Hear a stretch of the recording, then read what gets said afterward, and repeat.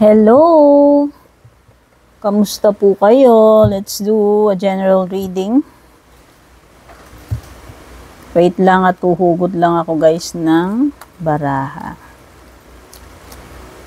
General reading tayo. Ito naman yung gagamitin ko. Paborito ko kasing deck na to guys. Kahit nakita nyo naman durug-durug na yung kulay niya. Check natin yung energies nyo. General reading ha. Okay? Pag sinabi po nating general reading, maaaring hindi po tumugma ito sa lahat. Pwedeng iilan lamang ang makarelate dito. Okay? And maswerte kayo kung tumutugma sa inyo. It could be na para sa inyo itong reading na to. Lalong-lalo na kung dumaan sa inyo to. Natsyempohan ninyo kahit hindi nyo hinahanap. Okay. Let's check the energies. By the way, timeless reading po lahat ng mga readings ko dito. Kahit lagyan ko pa po yan ng mga petsa sa title, lahat po na readings ko dito ay timeless.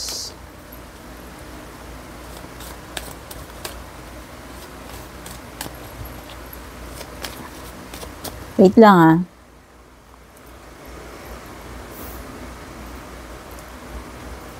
Yeah.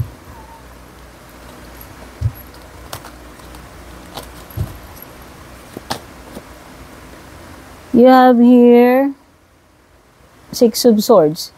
Okay, so may kinalaman ito sa pag-move away. It could be a transition period para sa iba sa inyo, no?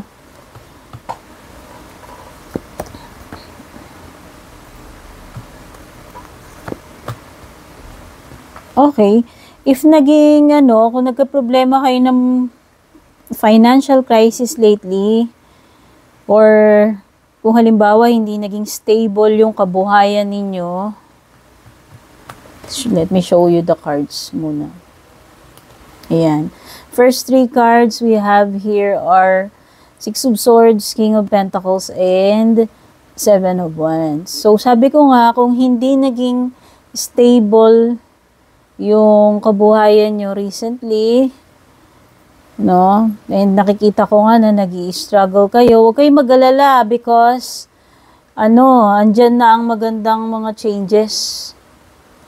Andyan na ang transitioning with the Six of Swords, ayan o. Kasi nakikita dito sa iyong King of Pentacles, maaaring nagkaroon kayo ng difficulties pagdating sa kabuhayan nyo, sa financial ninyo, or sa trabaho ninyo. Siguro hindi naging maganda yung takbo ng negosyo ninyo, okay? Financial ninyo.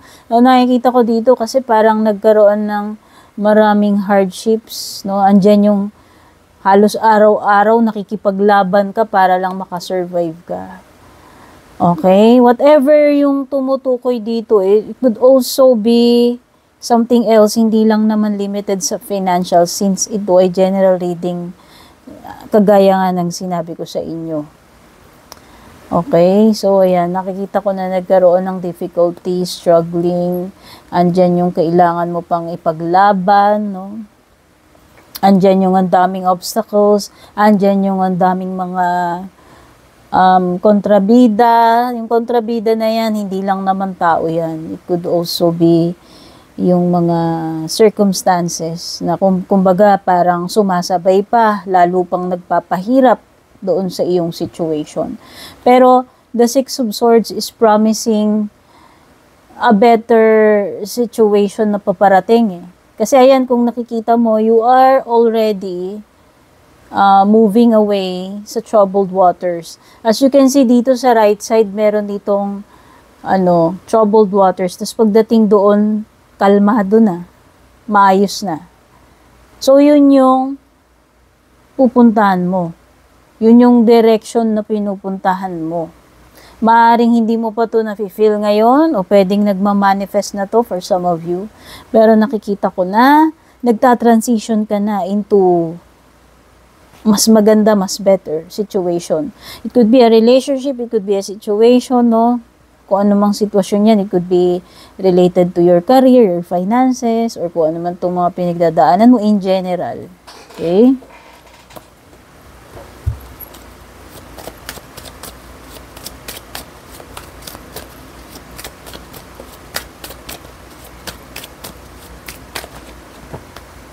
You see? The Four of Wands appeared. Ito ay sign, parang 11-11. Parang this is like a portal, a gateway. Diba? May transitioning tapos parang you are entering a period of stability. Kung dito sa King of Pentacles mo before, hindi naging stable. Wow! Etong transitioning na to magdadala sa iyo sa Four of Wands energy, which is, sabi ko nga, mas stable na. Okay? Sometimes yung Four of Wands signifies marriage. So, nakikita ko dito, pwedeng yung iba sa inyo dito, meron ditong something na magbabubuo na uli. Kung meron mang something na nagkawatak-watak, nasira, no? So, nakikita ko manunumbalik yung stability in your life, in your career, in your finances, in your relationship. Depending na kung ano po yung tumutugma sa inyo. Kung kasi this is general reading. Okay. Sometimes, lumilitaw to kapag may mga selebrasyon na paparating. Sabi ko nga, one of those ay yung kasal. Pwedeng reunions. Basta meron ditong maraming tao, yan nakikita nyo. Parang may party, may reunion, may gathering, no? So yan, it could be also sign na merong event na paparating na magkakasama-sama maraming tao. Okay? Minsan ito ay card ng may magbabalik. Like literal, halimbawa, galing abroad, no? O baka naman yun yung isa. No? May magbabalik bayan. Returning home. Or kung may umalis, like may naglayas, may nagkahiwalay, pwedeng ito ay sign na mabubuo na yung marriage, mabubuo na uli yung pamilya, may pagbabalik. Okay?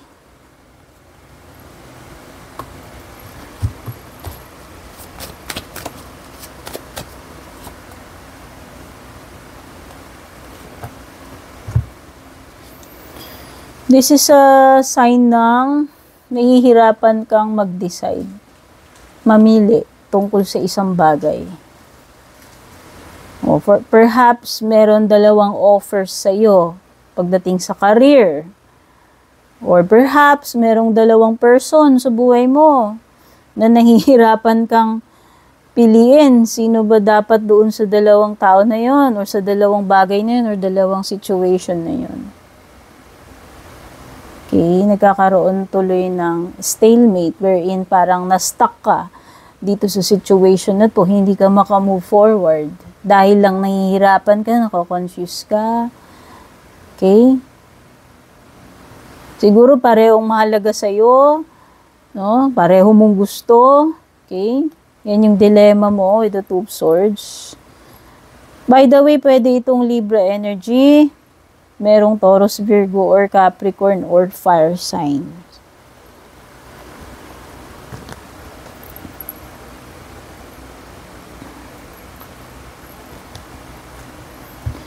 With the King of Wands, this is a fire sign energy.